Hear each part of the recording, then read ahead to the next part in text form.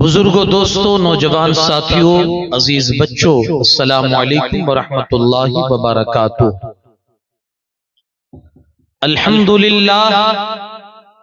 الحمدللہ رب العالمین والعاقبۃ للمتقین، والصلاة والسلام علی سید الانبیاء والمرسلین، وعلی آلہ الطیبین واصحابہ الطاہرین اجمعین، اما بعد فاعوذ باللہ من الشیطان الرجیم، بسم اللہ الرحمن الرحیم، فاصدع بما تؤمر، آمنت باللہ صدق اللہ العظیم، وبلغنا رسولہ النبی الامین الکریم، ونحن علی ذلک لمن الشاہدین والشاکرین، والحمد للہ رب العالمین۔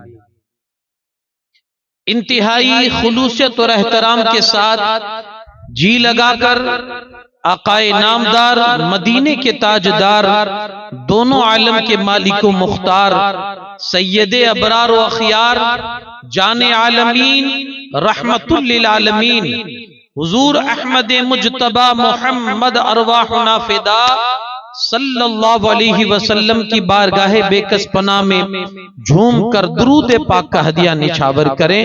پڑھیں اللہم صلی علی سیدنا شفیعنا نبینا و مولانا محمد کما تحب و ترضى بأن تصلی علیہ صلاة و سلام دائما علیک یا رسول اللہ صلی اللہ تعالی علیہ وسلم۔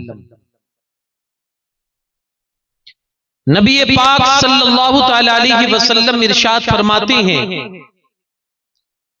کہ بخیل وہ انسان ہے جس کے سامنے میرا ذکر کیا جائے اور وہ مجھ پر درود نہ پڑھے۔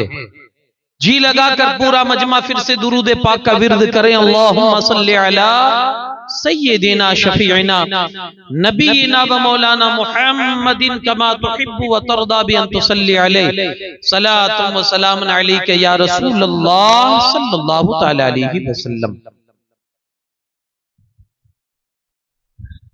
جو ذکر سید خیر الانام کرتے ہیں،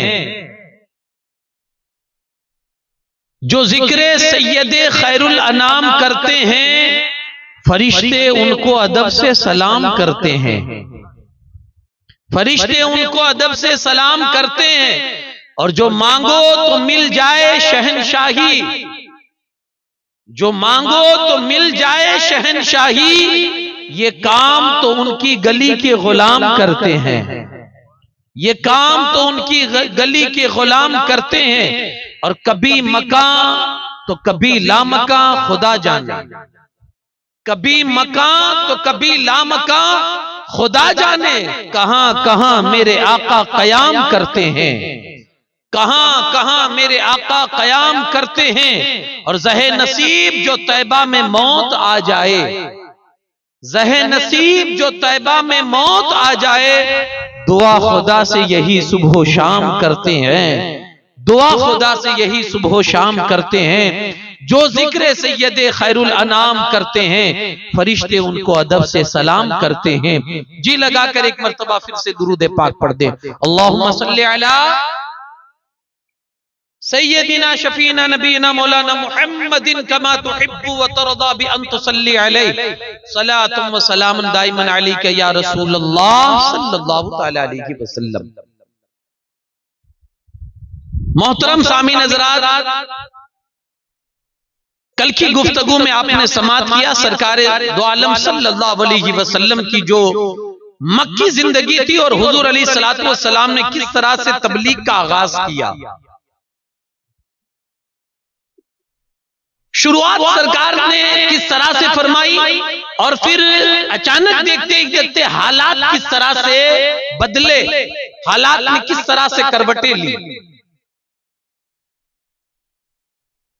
دیکھیے کہ کسی بھی انقلاب کے پیچھے قربانیاں ہوتی ہیں، کوئی بھی انقلاب بغیر قربانی کے نہیں ہوتا ہے۔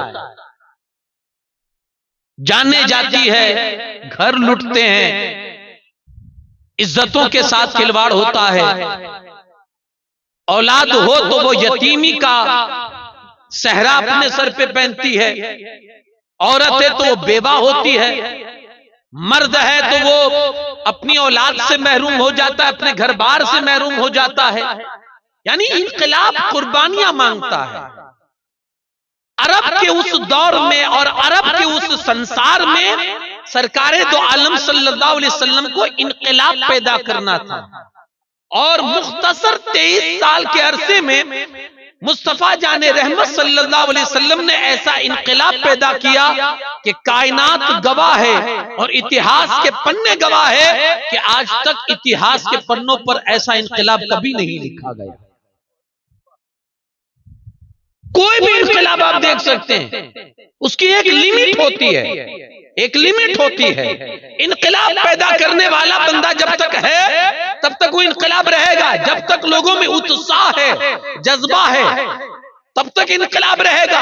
اگر انقلاب پیدا کرنے والا انتقال کر جاتا ہے تو پھر اس کی تحریک، اس کا مشن، اس کی تنظیم، اس کی کمیٹی وہ بھی پھر بند ہو جاتی ہے. لیکن ہم نے دیکھا آج 1450 سال سے اوپر کا زمانہ ہو چکا ہے، لیکن جو انقلاب کا بیج مصطفیٰ جان رحمت نے زمین میں ڈالا ہے، آج بھی اس کا درخت ایسے ہی لہلہا رہا ہے اور سب سبز و شادابی کے ساتھ دنیا کو بتا رہا ہے کہ یہ اور انقلاب کی طرح نہیں ہے کہ 10 سال چلے گا، 15 سال چلے گا. اب جب تک قیامت نہیں آتی ہے ڈنکا بجے گا تو مصطفیٰ جان رحمت کا بجے گا. یہ وہ انقلاب نہیں ہے کہ اب ختم ہو جائے. ورنہ بہت سارے انقلاب آئے دنیا میں، آپ پڑھ سکتے ہیں اتہاس میں جا کر. لیکن جس انقلاب کا بیج میرے مصطفیٰ نے ڈالا ہے نا، آج بھی وہ بیج ایسے ہی سلامت ہے.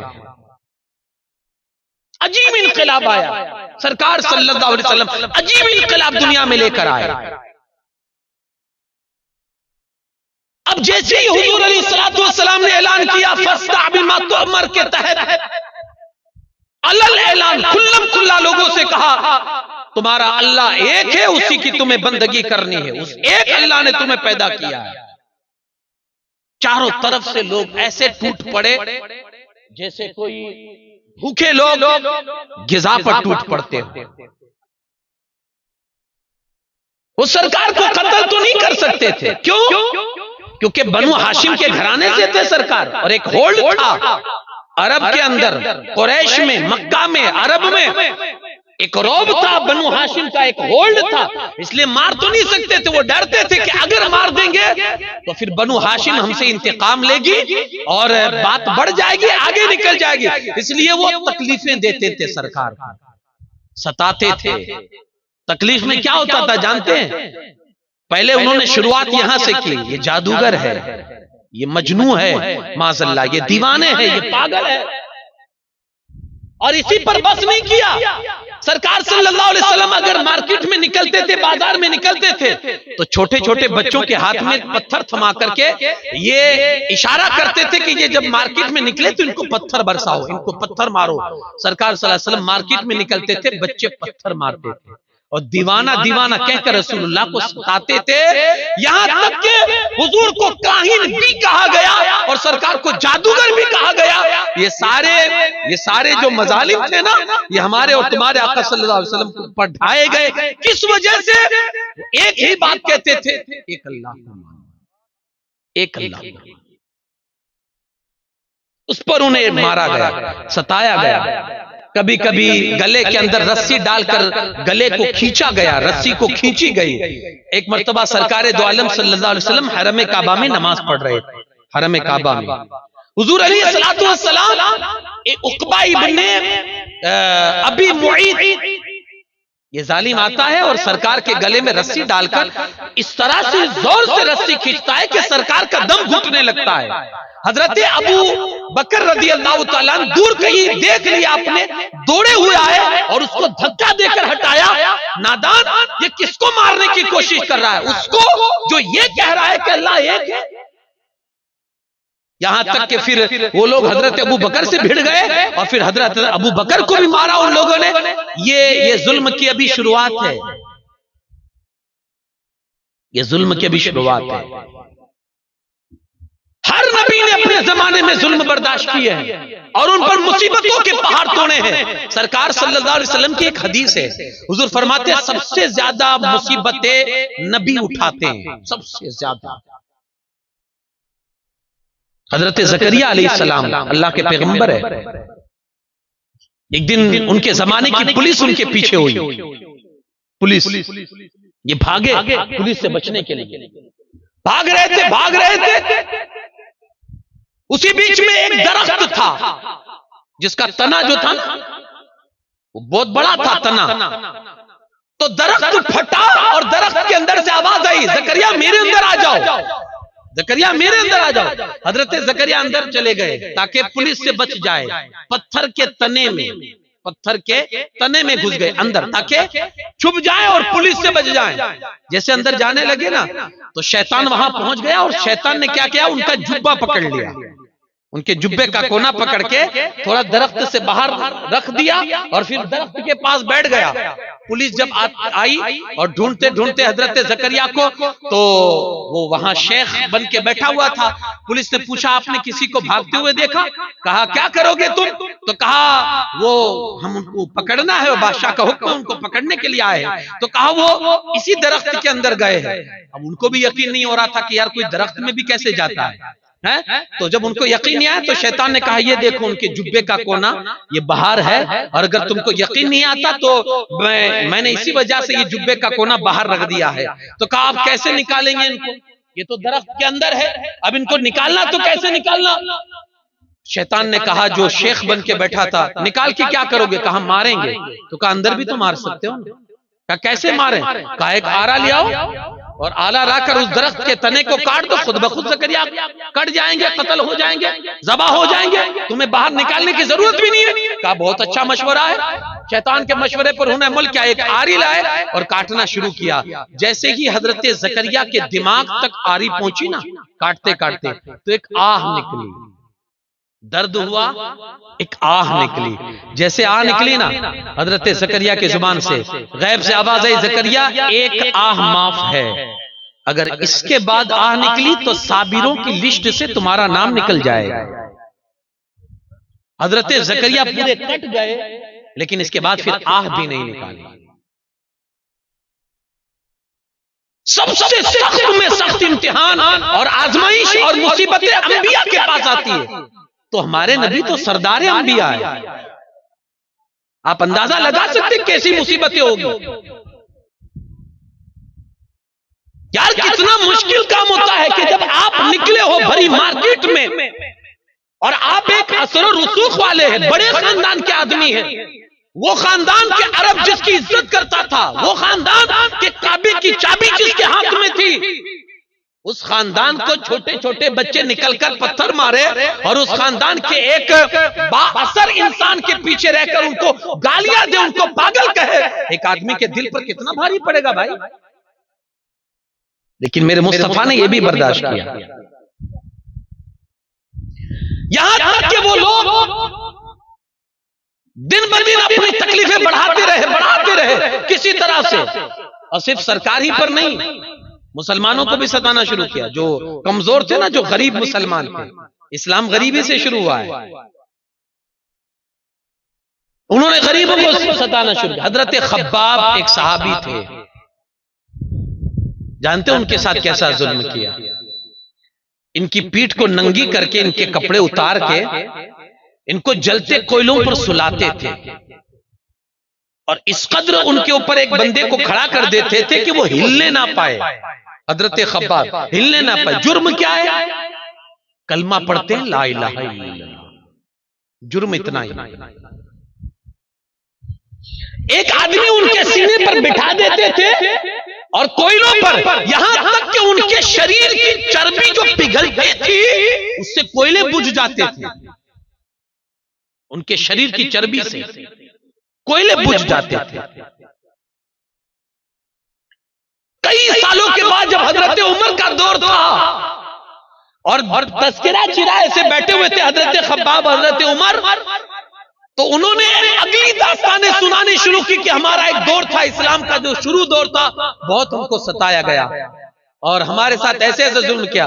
حضرت خباب نے اپنی کمر سے اپنا جبہ اٹھا کر کے حضرت عمر کو دکھایا نا, حضرت عمر کی آنکھوں میں آنسو آ گئے. پوری کمر جلی ہوئی تھی اور سفید داغ تھے پوری کمر کے اندر. اتنے بدبخت عمار ابن یاسر حضرت عمار کو اتنا مارتے تھے کہ وہ بے ہوش ہو جاتے تھے, اور جب تک بے ہوش نہیں ہو جاتے تھے لوگ چھوڑتے نہیں تھے. جرم کیا تھا؟ وہ صرف کلمہ پڑھتے تھے لا الہ الا اللہ. ان کی ماں کو ابو جہل نے ناف کے نیچے ڈیوٹی کے نیچے ایسا تیر مارا نا کہ ان کی ماں شہید ہو گئی.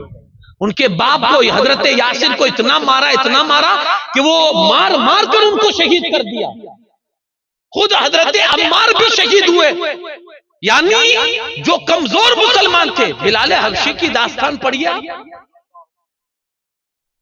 امیہ ابن خلف کے غلام تھے, مکہ کی تپتی ہوئی دوپہر کی ریت پر حضرت بلال کو سلاتے تھے اور ان کی پیٹھ پر اور ان کے بدن پر مضبوط پتھر اور وزنی پتھر رکھ دیتے تھے تاکہ بلال ٹس سے مس نہ ہو سکے. یہ داستان کوئی چھوٹی موٹی داستان نہیں کہ میں آپ کو سنا, بس یہ کہ چھوڑا نہیں تھا مسلمانوں کو بھی, سرکار کے ساتھ ساتھ مسلمانوں کو بھی یہ ستاتے تھے اور تکلیف دیتے تھے. جرم صرف اتنا تھا کہ وہ کلمہ, اچھا یہ تو غریب تھے, جو امیر لوگ تھے جو کلمہ پڑھے تھے, جن کا اثر و رسوخ تھا سماج میں, جن کا ایک لیول تھا سماج میں, جو سماج میں بڑے گنے جاتے تھے, جو سماج میں بڑے خاندان سے گنے جاتے تھے, ان کو بھی نہیں چھوڑا. حضرت ابو بکر کو نہیں چھوڑا, حضرت عثمان غنی کو تھے, مالدار تھے, مالدار سماج کے اندر, لیکن اس کے باوجود بھی جب کلمہ پڑھ لیا تو ان کا سگا چچا آ کر ان کو کوٹتا تھا, مارتا تھا, ان کو پیٹتا تھا اور کہتا تھا کہ کلمہ چھوڑ دو اور اپنے باپ دادا کے دین پر واپس آ جاؤ.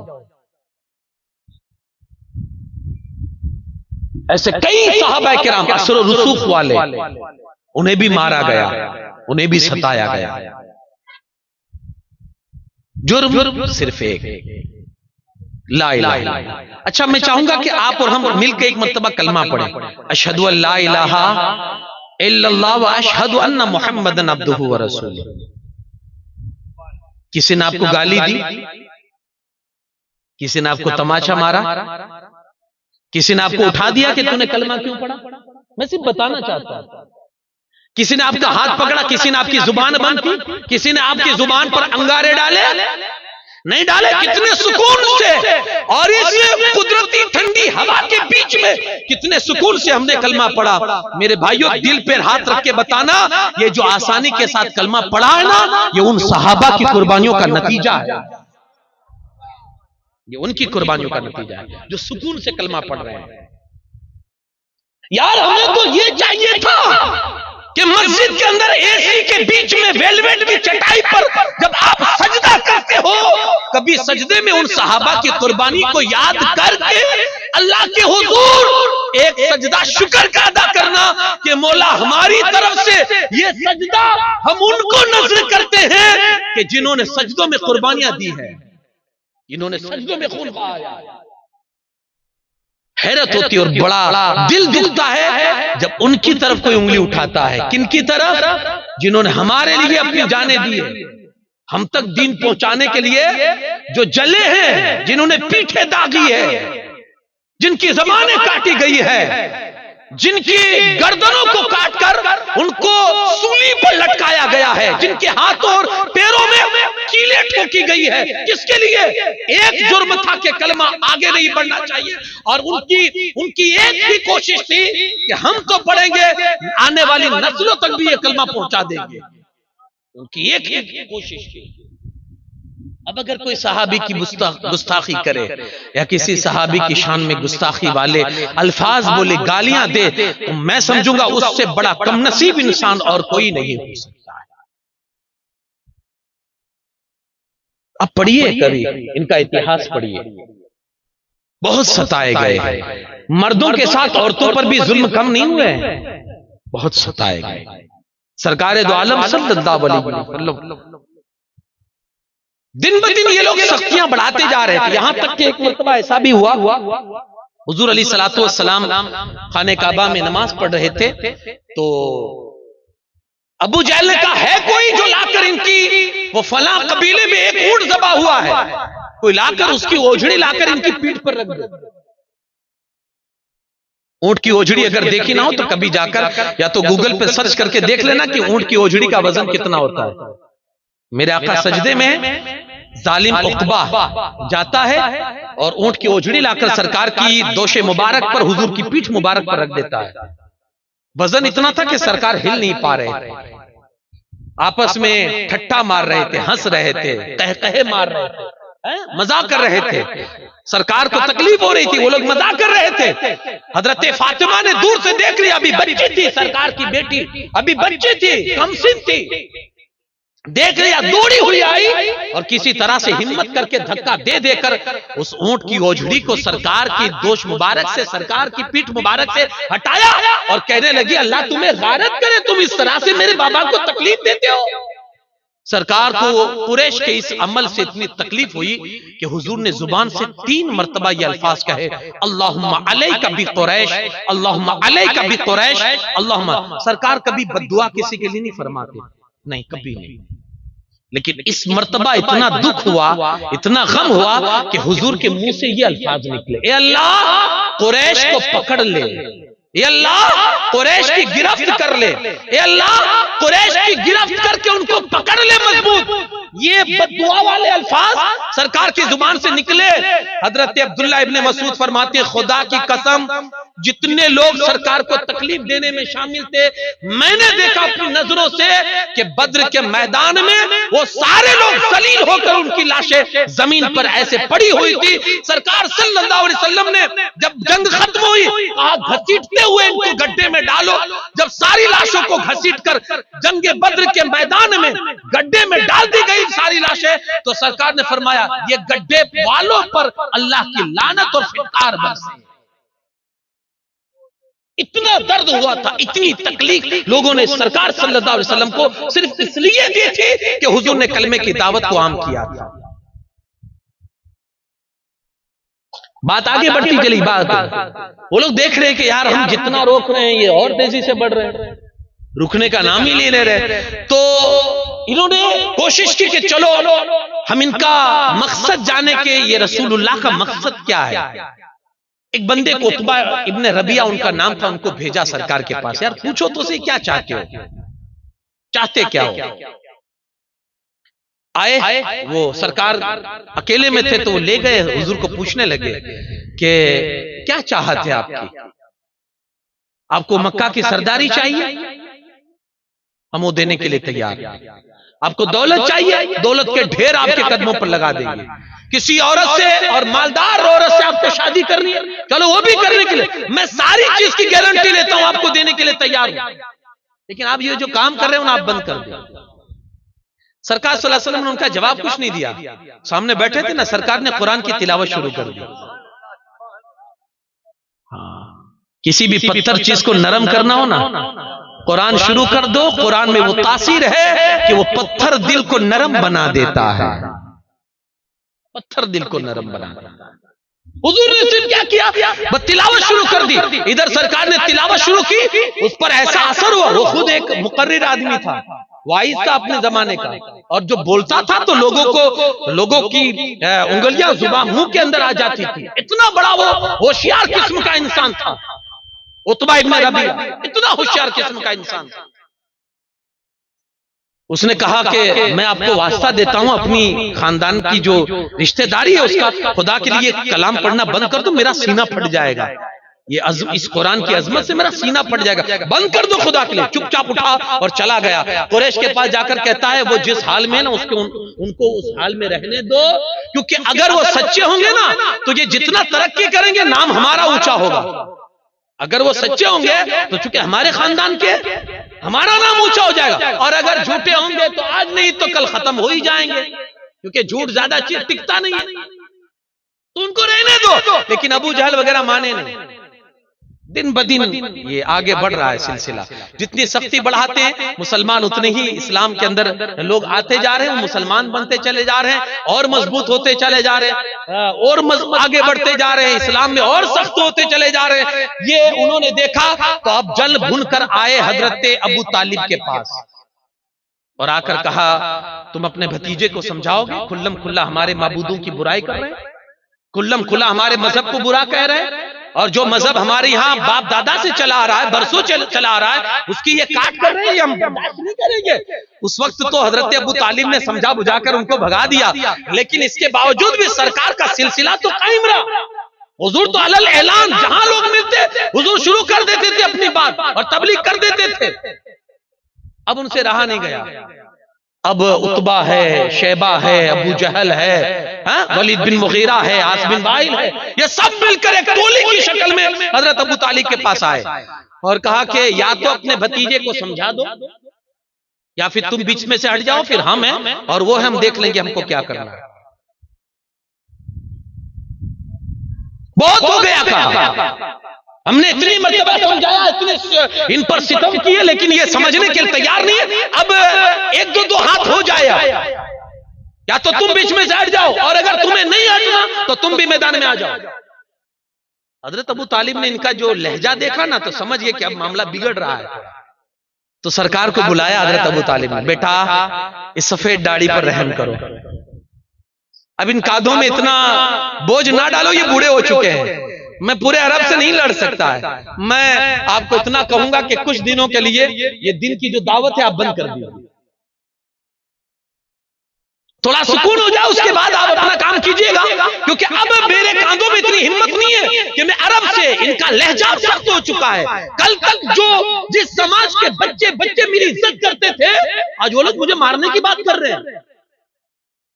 ابو طالب کون تھے؟ کعبے کے متولی تھے بھائی، کہا جو سماج کا بچہ میری عزت کرتا تھا آج وہ مجھے مارنے کی بات کر رہے ہیں، بات یہاں تک پہنچ چکی ہے، بیٹا تھوڑا رحم کرو اس بوڑھے پر اور یہ بات ابھی بند کر دو۔ سرکار صلی اللہ علیہ وسلم کا انداز دیکھیے، ایک حوصلہ مند انداز کے ساتھ اور بھرے لہجے میں سرکار صلی اللہ علیہ وسلم نے جو حضرت ابو طالب کو کہا، چچا اگر یہ لوگ میرے ایک ہاتھ میں چاند لا کر رکھ دے اور ایک ہاتھ میں سورج لا کر رکھ دے تب بھی میں اپنے کام سے رکوں گا نہیں، یہاں تک کہ میں یا تو اللہ کے دین کو پورا کر دوں یا پھر میں اس دین کی خاطر اپنی جان کو قربان کر دوں، میں رکوں گا تو نہیں۔ چچا حضور کا حوصلہ اتنا مضبوط تھا نا اور ارادے اتنے پختہ تھے کہ چچا کو بھی جوش آ گیا، بیٹا اب تو کر، تیرا چچا تیرے پیچھے بیٹھا ہے اور اب کسی کے اندر اتنی طاقت نہیں ہے کہ وہ تیرا بال بھی بیکا کر سکے، جب تک تیرا چچا زندہ ہے تجھ پر آنچ بھی نہیں آنے دے، بیٹا اب تو کر مجھے جو کرنا۔ اب ادھر سے ہری جھنڈی مل گئی، سرکار تو پہلے ہی سے، اور سرکار کسی کے بھروسے پر تھوڑی کرتے تھے، سرکار کو جس کا حکم تھا سرکار جانتے تھے کہ میرا رب میرا حامی اور ناصر ہے، میرا رب میرا مددگار ہے، کیونکہ اللہ نے فرمایا تھا واللہ یعصمک من الناس، اے حبیب زمانہ ایک طرف بھی ہو جائے گا تیرے خلاف کھڑا ہونے کے لیے اور تجھے تکلیف پہنچانے کے لیے، سارے زمانے کے سامنے تیرا رب تیری حفاظت کے لیے کافی ہے، تیرا رب تیرے لیے کافی ہے۔ دن بدن اب یہ چیزیں بڑھتی چلی جا رہی تھی، تکلیفیں جیسے جیسے اسلام آگے بڑھا تھا یہ تکلیفیں بڑھا رہے تھے، یہ اور تکلیفیں دے رہے تھے، یہاں تک کہ مسلمانوں پر اتنا اتیاچار ہوا کہ سرکار صلی اللہ علیہ وسلم کی بارگاہ میں آئے اور بار بار آ کر وہ لوگ ریکویسٹ کرتے تھے، یا رسول اللہ اب تو بدن میں بھی مار سہنے کی طاقت نہیں ہے، اب تو ہڈیاں بھی جواب دے چکی ہے، اتنا یہ لوگ ستاتے ہیں، اتنا ٹورچر، اتنا اتیاچار کہ سرکار اب ہم برداشت نہیں کر سکتے، یہاں تک کہ رسول اللہ نے دعا فرمائی تو ہجرت کا حکم آیا حبشہ کی طرف، جب بہت زیادہ اتیاچار بڑھ گیا نا تو حکم ہوا کہ حبشہ کی طرف ہجرت کر لو، تو جو بیچارے کمزور تھے اور اس میں حضرت عثمان غنی وغیرہ بھی تھے جن پر زیادہ ظلم ہو رہا تھا نا، وہ پھر مکہ سے ہجرت کر کے حبشہ چلے گئے، وہاں کا جو بادشاہ تھا بڑا رحم دل تھا، بڑا انصاف پسند تھا، اس نے ان لوگوں کو پناہ دی اور وہ سرکار کو بے حد محبت کرتا تھا، سرکار سے بے حد محبت کرتا، لیکن وہ حاضر نہیں ہو سکا اور سرکار کی بارگاہ میں کلمہ نہیں پڑھ سکا، لیکن محبت بڑی زبردست وہ سرکار صلی اللہ علیہ وسلم سے کرتا تھا۔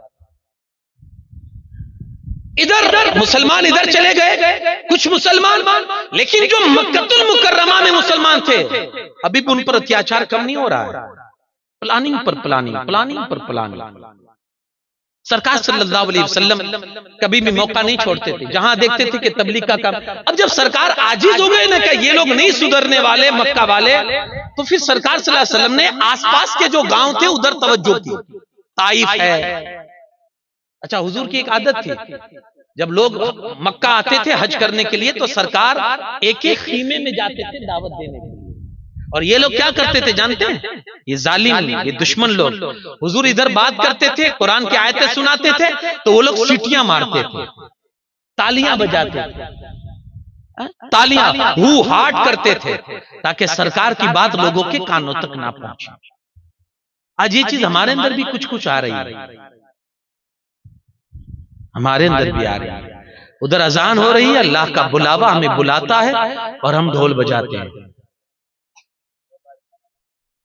ادھر اذان اللہ کی طرف سے پکارنے والا پکارتا ہے اور ہمارا موبائل بڑی تیز آواز کے ساتھ، ہماری ٹی وی بڑی تیز آواز کے ساتھ۔ آپ کو نہیں لگتا کہ یہ وہی ہم کام کر رہے ہیں جو سرکار کے دشمن سرکار کے زمانے میں کرتے تھے؟ اگر ایک طرف اذان ہو رہی ہو اور ایک طرف آپ کا ڈی جے بج رہا ہو تو آپ کو کیا لگ رہا ہے؟ آپ اس میں شامل نہیں ہوں گے جو سرکار کے دشمنوں نے کیا تھا؟ حضور جہاں پہنچ جاتے تھے ابو لہب پیچھے جاتا تھا، خود کا چچا سرکار کا سگا چچا ہے، اور جا کر سرکار اگر کسی سے کچھ بات کرتے تھے نا تو پیچھے سے اشارہ کرتا تھا، تھوڑا پاگل ہے ہو، دیوانے ان کی بات مت سننا، ایسے اشارہ کر کر کے سرکار کو تکلیف دیتا۔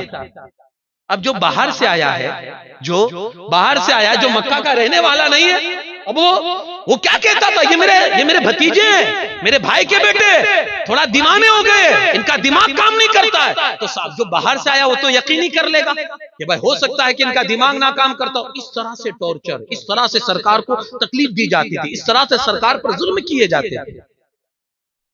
حضور نے کیا کیا؟ اب ارادہ کر لیا کہ چلو اب یہ لوگ تو سدھرنے والے نہیں ہیں، تو تھوڑا باہر نکلے، طائف گئے سرکار۔ طائف جو عمرہ کرنے جاتے ہیں تو وہاں کا دورہ کرتے ہیں، پھر وہاں سے سفر کرتے ہیں اور عمرہ کرتے ہیں وہاں سے۔ طائف گئے، وہاں 3 بھائی تھے جن کا قبیلہ بہت بڑا تھا۔ سرکار سب سے پہلے وہاں پہنچے کہ چلو ان کا قبیلہ بڑا ہے تو ان کو سمجھائے۔ سرکار نے اپنی بات رکھی تو انہوں نے ماننا تو دور کی بات، گالیاں دینی شروع کر دی۔ بھائی کوئی مہمان آیا، اگر آپ اس مہمان کو برداشت نہیں کر سکتے تو کم سے کم عزت سے نکال تو دے۔ گالیاں دی، یہاں تک کہ گالیوں پر بھی بس نہیں ہوا، سرکار کے پیچھے کچھ لونڈوں کو لگا دیا، وہ پتھر مارتے تھے، اتنے پتھر مارے کہ سرکار لہو لہان ہو گئے۔ حضور علیہ السلام کے ساتھ حضرت زید ابن حارثہ حضور کے غلام بھی ساتھ میں تھے، وہ بھی لہو لہان ہو گئے۔ حضور اگر تھک جاتے، پانی وغیرہ بھی نہیں تھا، خون اتنا بہ جاتا تھا کہ سرکار کے اندر کمزوری آ جاتی تھی، سرکار ایک جگہ بیٹھ جاتے تو سرکار کے بازو پکڑ کے کھڑا کر کے پھر سرکار کو دھکا لگا دیتے اور آگے بڑھاتے، جب سرکار چلنے لگتے پھر پتھر مارتے۔ اتنی تکلیف پہنچائی اس سفر میں کہ ایک مرتبہ حضرت عائشہ بیٹھی ہوئی تھی، بہت برسوں کے بعد کی بات ہے یہ، حضرت عائشہ بیٹھی ہوئی تھی، حضرت عائشہ نے سرکار سے پوچھا یا رسول اللہ، جنگ احد سے زیادہ آپ کو شاید کہیں تکلیف نہیں ہوئی؟ احد میں سرکار صلی اللہ علیہ وسلم کے دندان مبارک شہید ہو گئے تھے اور بالکل بازی پلٹ گئی تھی، احد جنگ میں یہ معاملہ ہوا تھا۔ تو کہا حضور احد سے زیادہ لگتا ہے آپ کو کہیں تکلیف نہیں ہوئی ہوگی؟ سرکار فرماتے ہیں ہاں عائشہ، احد سے زیادہ مجھے طائف میں تکلیف پہنچی، پورا جسم لہو لہان، یہاں تک کہ اللہ کے فرشتے پہنچ گئے، آسمان بادل جس کے ہاتھ میں کنٹرول میں، وہ فرشتہ آیا، یا رسول اللہ ایک حکم کرے ایسا بادل برساؤں گا کہ پوری قوم نیست و نابود ہو جائے گی۔ ہوا کا فرشتہ آیا، یا رسول اللہ حکم دیجئے، جبریل امین آئے تھے، یا رسول اللہ یہ ہوا ان کے انڈر میں، آپ کا ایک حکم ہوگا ایسا ہوا کا جھونکا چلائیں گے پوری آبادی تباہ ہو جائے گی۔ پہاڑ کا فرشتہ، ہواؤں کا، بارشوں کا، لیکن سرکار صلی اللہ علیہ وسلم نے سب کے جواب میں ایک ہی فرمایا، میری قوم مجھے جانتی نہیں ہے، جب سمجھ جائے گی تب مان لے گی۔ بد دعا کے لیے کہا گیا تھا سرکار کو، یا رسول اللہ ان کے حق میں بد دعا فرما دے. سرکار فرماتے نہیں نہیں، میں بد دعا نہیں کروں گا. میری نظریں دیکھ رہی ہے کہ ان کی نسلوں میں سے کچھ ایسے کھڑے ہوں گے جو میری اس آواز کو بلند کریں گے اور دنیا کے کونے کونے تک لا الہ الا اللہ کی آواز پہنچا دیں گے.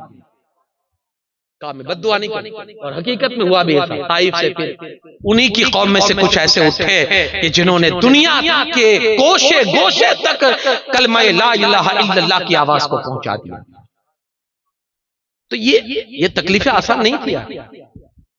خود کے گاؤں میں جس کو سکون سے سانس لینے کی اجازت نہ ہو، خود کے گاؤں میں جس کو رہنے کی اجازت نہ ہو، خود کے گاؤں میں جو سکون کے ساتھ کھا نہ سکتا ہو، سکون کے ساتھ پی نہ سکتا ہو. یارو ایسے حالات میں لوگ لوگ شہر بدل دیتے ہیں. یار جب سکون ہی نہیں ہے، سکون سے رہنا نہیں، کھانا نصیب نہیں ہوتا، تو ایسے گاؤں میں رہنے کا کیا فائدہ ہے؟ لیکن یارو میرے مصطفیٰ کریم صلی اللہ علیہ وسلم اب مکہ چھوڑ کر کہاں جاتے؟ بہرحال انہوں نے کوئی کسر نہ چھوڑی رسول پاک صلی اللہ علیہ وسلم کو تکلیف پہنچانے میں. حضور اپنی تبلیغ دھیرے دھیرے جاری رکھتے تھے، یہاں تک کہ جو حج کے سفر میں لوگ آتے تھے اس میں کچھ لوگ مکہ مدینہ شریف سے تشریف لائے. مدینہ اس وقت یثرب کہلاتا تھا، اس کا نام یثرب تھا. ہاں وہ مدینہ نہیں تھا. وہاں کی آب و ہوا میں بیماریاں تھیں. یثرب کا مطلب ہوتا بیماری کا گھر. خدا کی قدرت دیکھیے، کیا قدم مبارک میں کیا شرف تھا، کیا برکتیں تھی. جو زمین کل تک بیماریوں کا گھر کہلاتی تھی، آج خدا نے اس مٹی میں ایسی تاثیر رکھ دی ہے کہ اگر کوئی لگا لے، اگر کوئی استعمال کر لے، کیسی بھی بیماری ہو اللہ شفا عطا فرما دیتا ہے. کل تک جو زمین یثرب بیماریوں کا گھر کہلاتی تھی، آج اسی زمین کی مٹی خاک شفا بن گئی ہے. یہ کسی آیت کے پڑھنے کا کمال نہیں ہے، یا کسی کے بیٹھ کر چلا کرنے کا کمال نہیں ہے. یہ اگر کمال ہے تو مصطفیٰ کے قدم مبارک کا کمال ہے. جہاں پڑ گیا وہ زمین بیماریوں کا گھر تھی، اب شفا ہی شفا کا گھر بن چکی ہے. اب شفا ہی شفا بن چکی ہے. اللہ کے رسول صلی اللہ علیہ وسلم دعوت دینے کے لیے گئے. مدینہ کے کچھ لوگ وہاں بیٹھے تھے. حضور نے ان کو دعوت دی. انہوں نے پہچان لیا کہ کیونکہ مدینہ میں جو دو قبیلے تھے، اوس و خزرج، اور کچھ یہودی لوگ رہتے تھے. یہودی لوگوں کا وہاں غلبہ تھا، اگرچہ وہ مٹھی بھر تھے. جیسے آج مٹھی بھر ہے، پوری دنیا پر حکومت کر رہے ہیں. اس ٹائم میں بھی وہی سیم پوزیشن تھی. اوس و خزرج پورے مدینہ میں پھیلے ہوئے تھے، اور کچھ مٹھی بھر یہودی تھے، لیکن پھر بھی یہودی ان پر غالب تھے. کیوں؟ ان کے پاس ایجوکیشن تھا، تعلیم تھی. آج بھی ورلڈ لیول پر یہ قوم اس لیے سب سے آگے ہے کہ ان کے پاس ایجوکیشن پاور ہے. ایجوکیشن پاور جس پاور سے ہماری قوم ونچت ہے. ڈاکٹر اقبال، بات آ گئی تو عرض کر دوں، یورپ کے دورے پر تھے اور عصر کا ٹائم تھا. بگیچے پارک میں گھومنے کے لیے گئے تو دیکھا کہ ایک چھوٹا سا بچہ جس کی عمر بہت بڑی نہیں ہے، بگیچے کے کنارے میں کچھ لکھ رہا ہے، کچھ پڑھ رہا ہے. بچوں کی فطرت میں ہوتا ہے کھیلنا، ان کو ٹائم ملے اتنا وہ کھیلتے ہیں، ہے نا. وہ کسی بھی جگہ، وہ اسکول میں بھی کھیلیں گے، وہ مجلس میں بھی کھیلیں گے، ان کی فطرت میں کھیل ہے. ڈاکٹر اقبال نے جب دیکھا کہ یار سارے بچے، کوئی ادھر کھیل رہا ہے، کوئی اس کھیل میں، کوئی فلاں کھیل میں، یہ بچہ اکیلا بیٹھ کر پڑھ رہا. اس کے پاس گئے، بیٹا کھیلنے کا دل نہیں کرتا؟ کہا نہیں. کہا کھیلنا نہیں ہے؟ کہا نہیں. کہا چھوٹے ہو، بچے ہو، بچوں کے اندر فطرت میں کھیل ہوتا ہے. یہ سارے بچے کھیلتے ہیں، بعد میں پڑھ لینا، ابھی جا کر بچوں کے ساتھ کھیل لو. ڈاکٹر اقبال نے جب یہ سوال کیا نا تو وہ بچے کا جواب سن کر ڈاکٹر اقبال اپنے پورے وجود کے ساتھ ہل گئے. وہ بچہ کہتا ہے کہ بابا صاحب میری قوم دنیا میں بہت مختصر ہے، میری قوم دنیا میں بہت مختصر ہے. اگر میں بھی کھیل میں لگ جاؤں گا نا تو میری قوم تباہ ہو جائے گی. میری قوم کو بچانا اس لیے پڑھ رہا ہوں. ڈاکٹر اقبال حیرت میں تھے، کہا کس قوم سے تعلق رکھتے ہو؟ کہا یہودی ہوں، یہودی۔ یہ ایک ہتھیار ان کے پاس ایسا ہے نا، پوری دنیا پر آج کنٹرول کر رہے ہیں، اور پوری دنیا کا ریموٹ ان کے ہاتھ میں ہے، ایجوکیشن پاور۔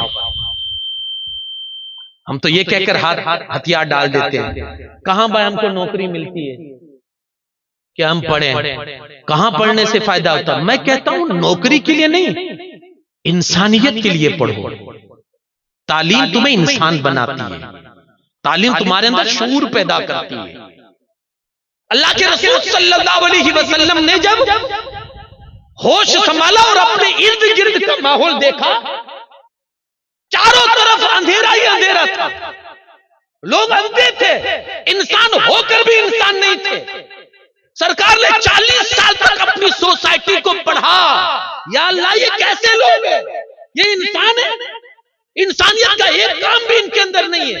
40 سال پڑھا، پھر سرکار علاج لینے کے لیے اپنے رب کی بارگاہ میں گئے، غار حرا میں کئی دن تک علاج کی دعا کرتے رہے، یا اللہ میری قوم کے لیے علاج دے دے، یا اللہ میری قوم بھٹکی ہوئی ہے، یا اللہ علاج دے، یا اللہ علاج دے، یہ گمراہ ہے، یا اللہ علاج دے۔ کتنے دنوں کے بعد جب اللہ کی طرف سے علاج آیا تو کیا آیا؟ اقرا، پڑھو، تمہاری قوم اندھی ہے، کچھ نظر نہیں آتا، اپنی قوم سے کہو پڑھو۔ ہر بیماری کا علاج غار حرا میں مصطفیٰ کو ایک ہی ملا، اپنی قوم سے کہو پڑھو۔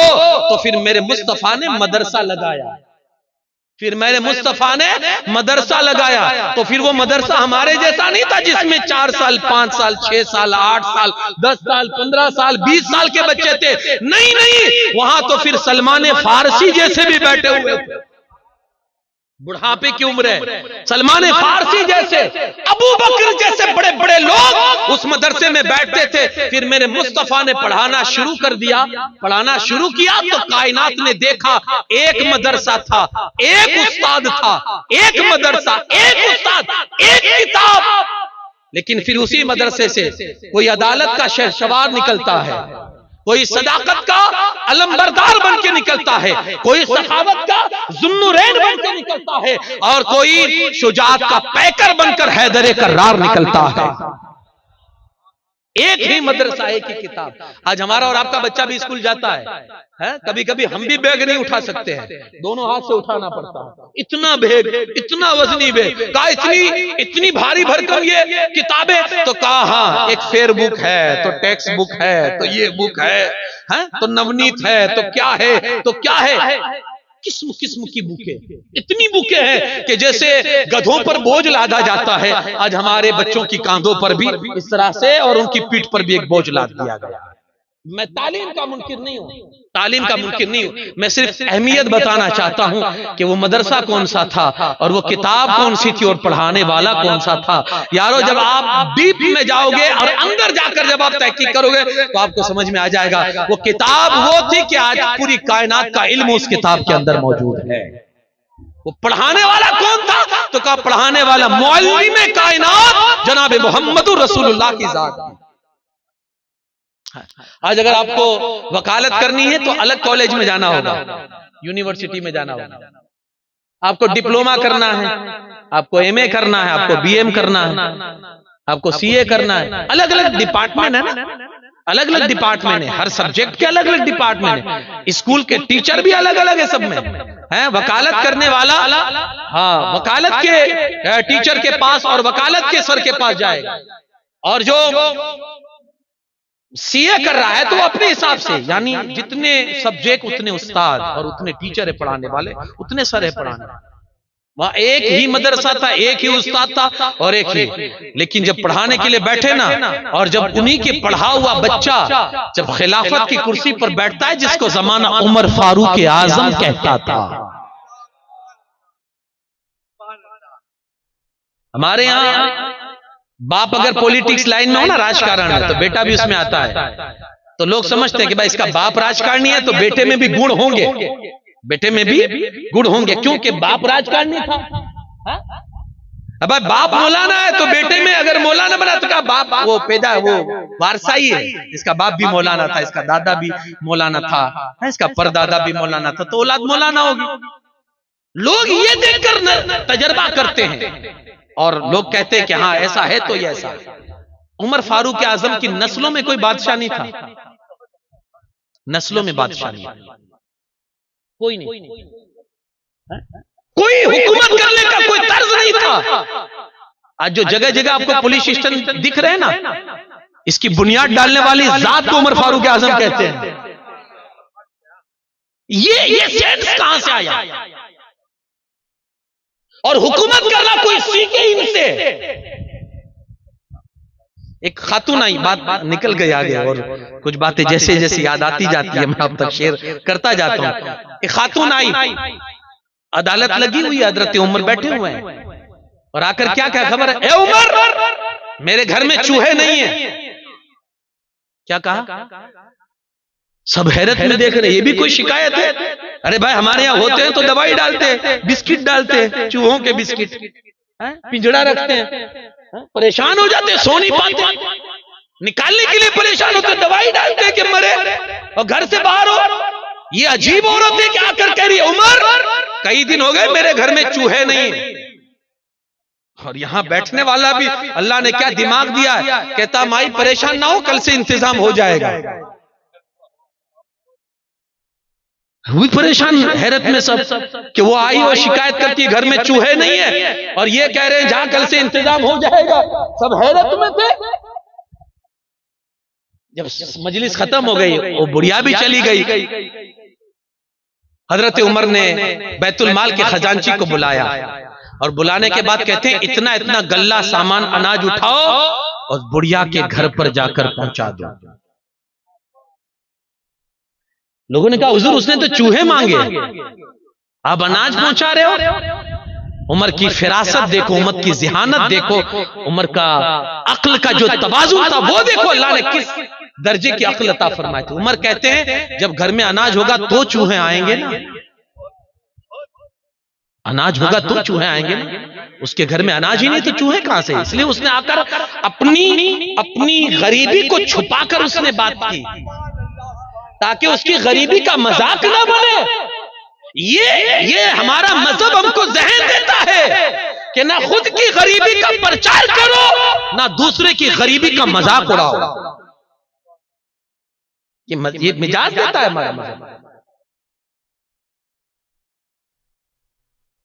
تو یہ جو کلچر تھا صحابہ کرام رضوان اللہ تعالی علیہ مجمعین کا، سرکار صلی اللہ علیہ وسلم نے ان کو تعلیم سے آراستہ کیا۔ آج جو کل تک خود راہ پر نہیں تھے، مصطفیٰ کے تعلیم دینے کی وجہ سے اور حضور کی صحبت کی وجہ سے آج دنیا بھر کو وہ خود سکھا رہے ہیں۔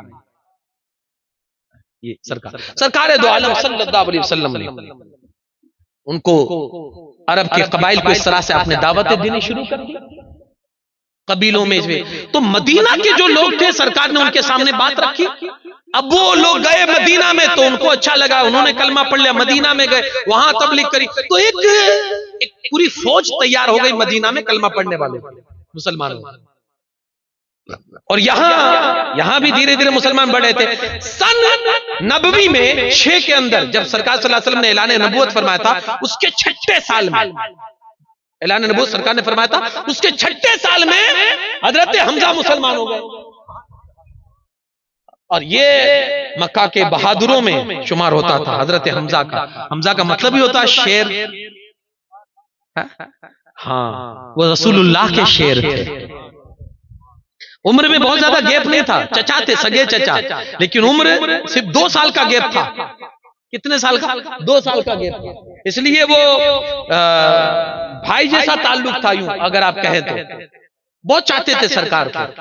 وہ میں نے واقعہ سنایا تھا کہ ابو جہل نے جب حضرت رسول پاک صلی اللہ علیہ وسلم کو گالیاں دی تھی اور حضور کے سر پہ مار دیا تھا، اور جب حضرت حمزہ شکار سے واپس آئے، ابھی مسلمان نہیں ہوئے تھے، تو ان کی خادمہ نے، ان کی لونڈی نے کہا کہ کیسے ہو یار، تم بھی طاقتور اور مکہ میں تمہارا ایک روب ہے، لیکن حیرت ہوتی ہے تم پر۔ تو کہا کس بات پر حیرت؟ کہا تمہارے بھتیجے کو یتیم اور اناتھ سمجھ کے لوگ مار دیتے ہیں، کوئی گالیاں بولتے ہیں، تم کیسے خاندان کے لوگ ہو کہ کوئی تم اس کا دفاع نہیں کر سکتے ہو؟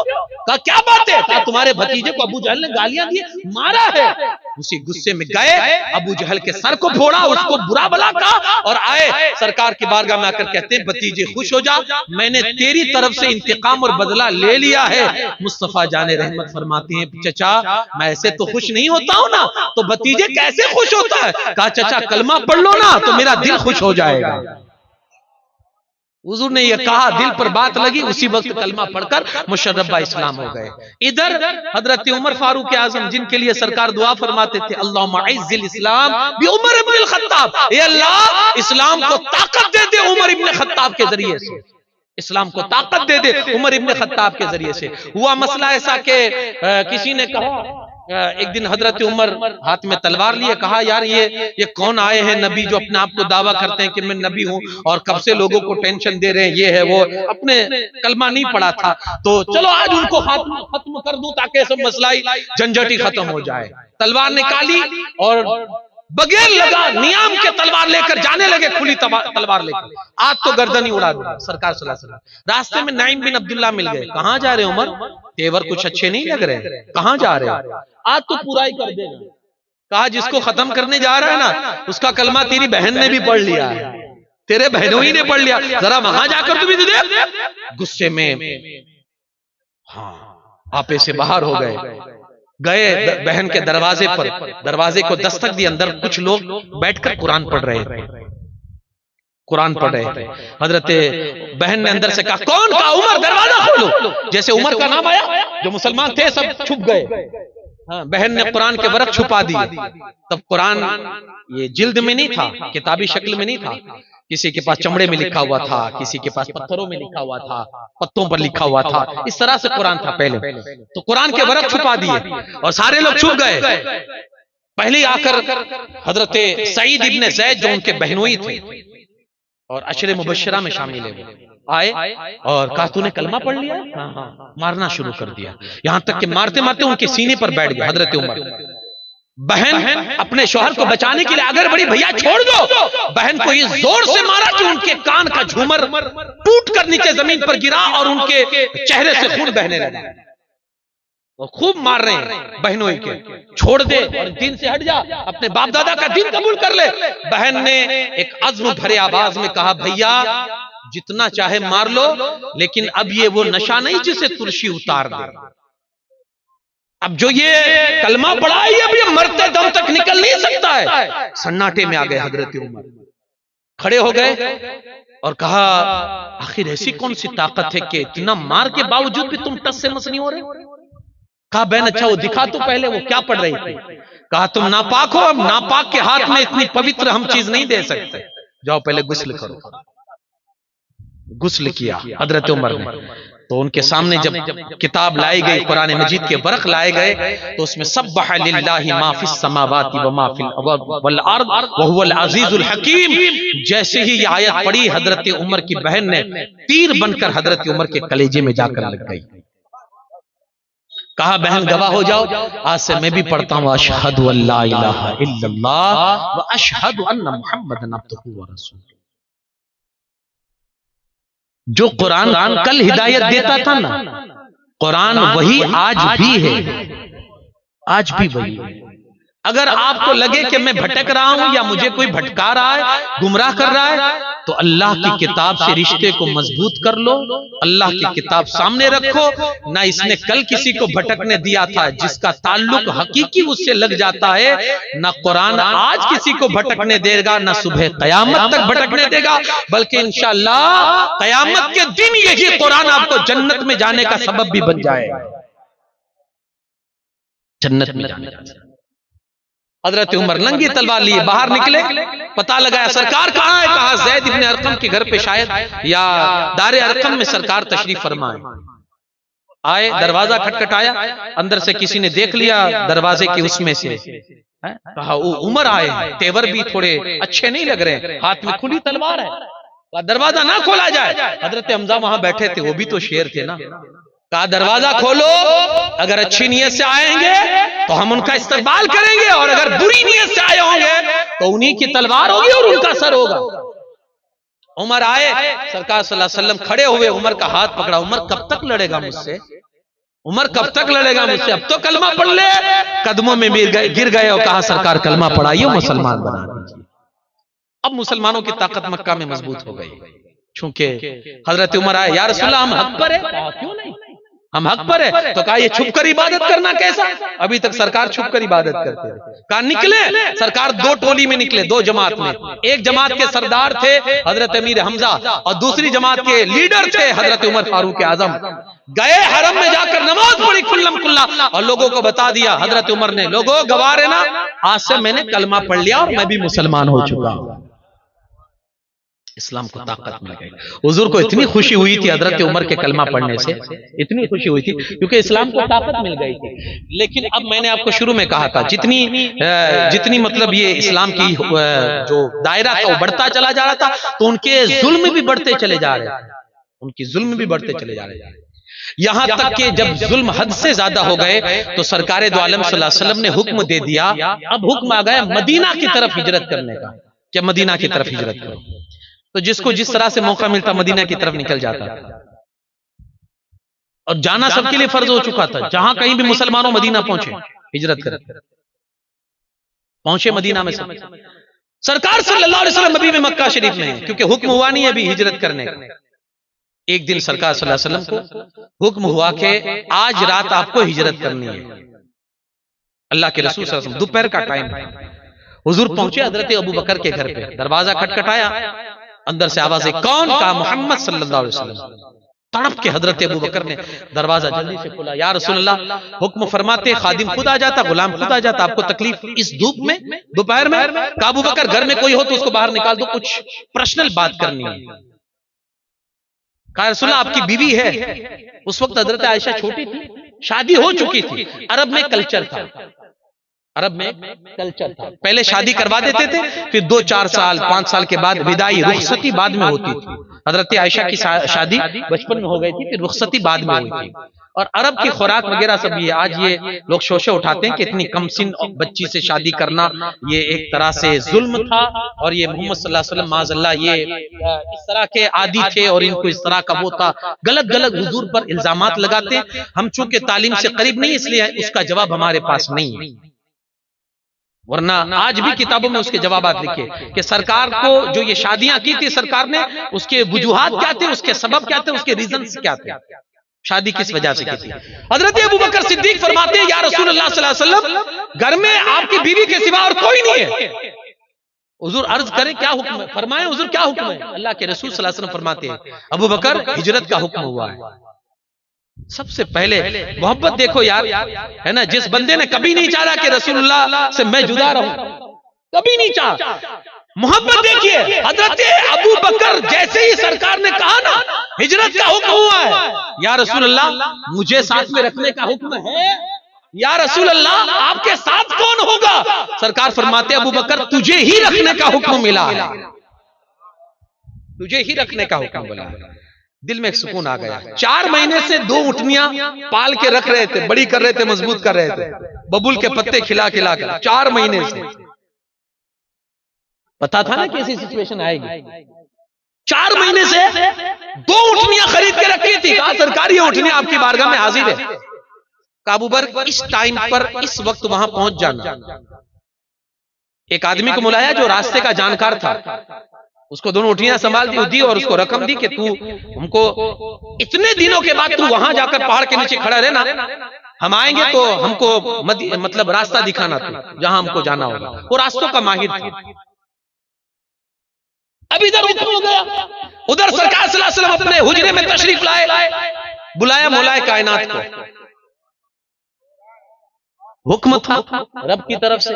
اچھا رسول اللہ اپنی طرف سے کچھ نہیں کرتے، جو کرتے تھے اللہ کے حکم پر کرتے تھے.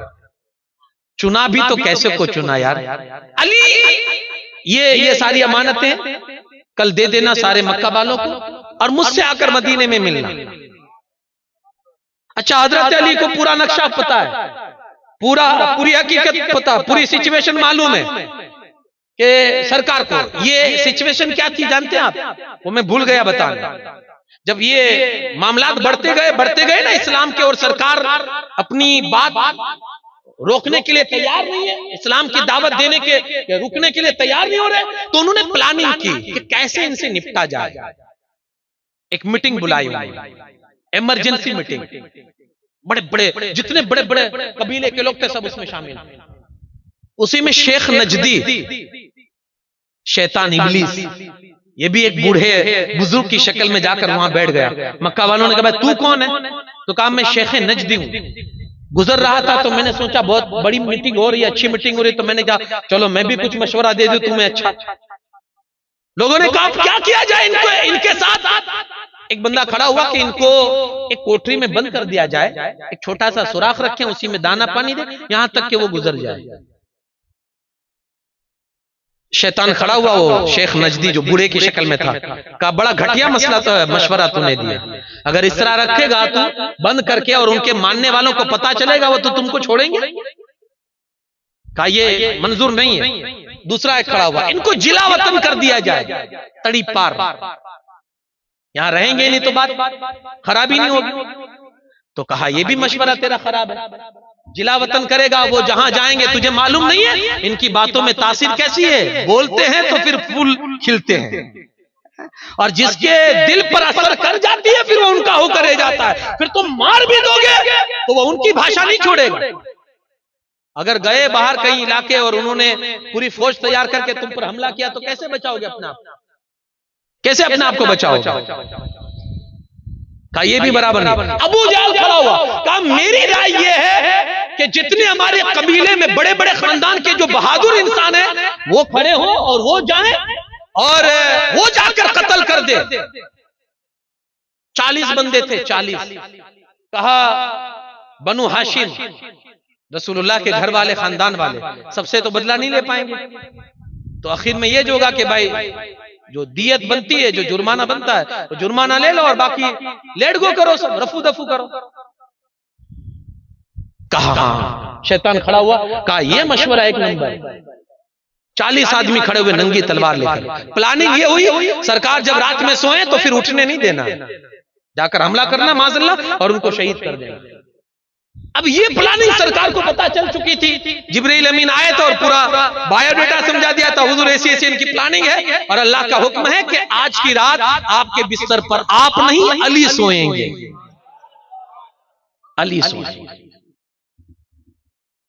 ہاں کیا مقدر تھا یار مولا علی کا، اور کیا ایمان تھا مولا علی کا۔ ہاں ایمان بھی سرکار نے بلایا، علی آج کی رات بستر پر تمہیں سونا ہے۔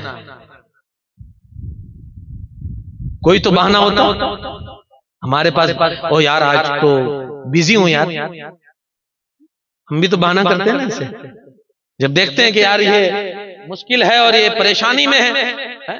بھئی کہیں اور کی بات نہیں، آپ جب اسپتال میں آپ کا کوئی رشتہ دار ایڈمٹ ہو رات میں وہاں سونے کی بات آئے، پھر دیکھو لوگوں کے پاس کیسے کیسے بہانے آتے ہیں، نہیں یار گھر پہ وہ تمہاری بھابھی اکیلی ہے، یہاں کہ بھائی جلدی کوئی سونے کے لیے تیار نہیں ہوتا ہے، یہاں تو موت کے بستر کی بات تھی، تو دواخانے کی بستر میں سونے کے لیے تیار نہیں، یہ تو موت کے بستر کی بات ہے بھائی، کوئی تیار نہیں۔ امی ایمان دیکھئے، یقین دیکھئے، علی آج تم کو سونا ہے، حضرت علی کو پورا نقشہ پتا ہے کہ موت کا بستر ہے، اور سرکار نے شرط بھی ایسی رکھ دی، ارے بھائی چلو کچھ تو آشات تھے کہ چلو سو جائیں گے بستر پر، سرکار فرماتے علی ایسے نہیں سونا، چادر اوڑھ کے سونا ہے۔ ارے بھائی منہ دکھے گا تو کم سے کم وہ قتل کرنے آئیں گے تو او یہ تو علی ہے، تو چہرہ دکھے گا تو نا، اگر ڈھکی ہوئی چادر میں قتل کر کے چلے گئے تو۔ لیکن علی کہتے ہیں اس رات جیسی نیند آئی نا، زندگی میں ایسی کبھی نیند نہیں آئی تھی۔ علی ایسا کیوں؟ کہا مجھے یقین تھا اپنی مصطفیٰ کی زبان پر، میرے آقا نے فرمایا تھا علی سونا صبح اٹھنا، سونا صبح اٹھنا، سارے لوگوں کی امانتیں دینا اور مجھ سے آ کر مدینے میں ملنا۔ علی کا ایمان یہ کہتا تھا موت کبھی بھی آ سکتی ہے، یہ علی کا یقین ہے، کبھی بھی آ سکتی ہے، لیکن اے علی تجھے موت اس وقت تک نہیں آ سکتی جب تک تو مدینہ نہیں پہنچ جاتا ہے۔